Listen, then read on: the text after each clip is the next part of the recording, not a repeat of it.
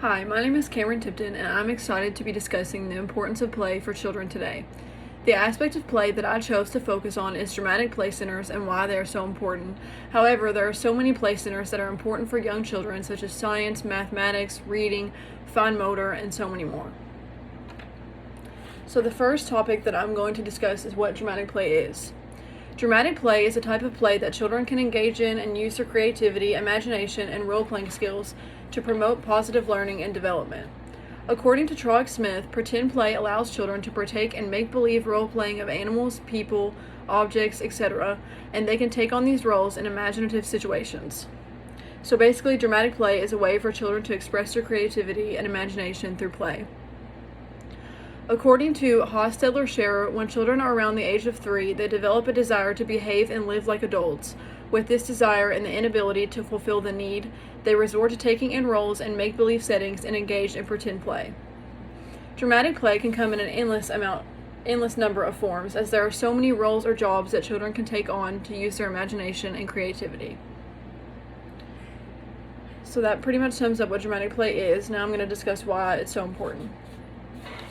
There are many developmental benefits to dramatic play, as it extends a child's creativity and imaginative skills, as well as their social-emotional skills as they act out roles and behaviors, as well as interact with their peers.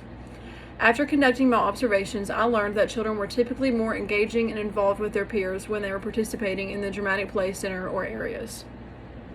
So there are many endless developmental benefits to dramatic play, such as social, emotional, cognitive, language, and even physical. Dramatic play is a crucial part of ensuring that children receive the most benefits in the social, emotional, and language development areas. So those are the biggest focused development areas that they can succeed in.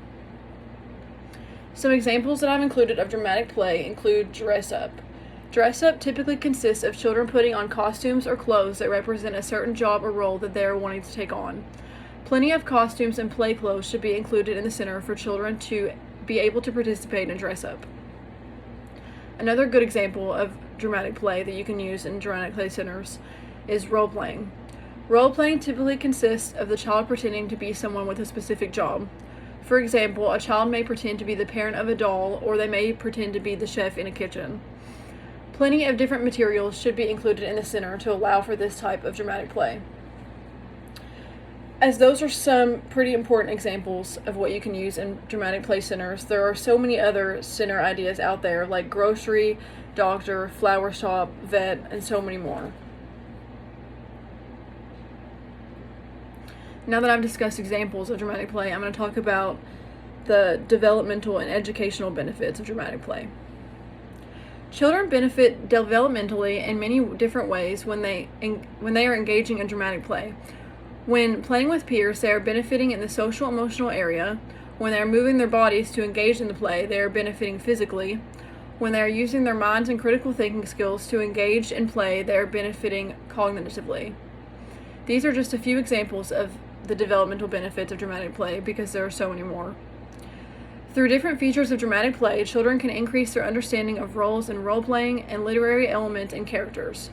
When engaging in dramatic play, children learn how to recreate images and ideas and turn them into an action. Dramatic play can also be incorporated at home with the help of parents and by pretending in everyday situations with your child. Some examples of specific dramatic play center ideas that I've included in this are mail delivery and kitchen. So children can engage in dramatic play in a mail delivery setting. A mail truck can be provided in plastic or cardboard form. Paper, envelopes, and stamps can also be included.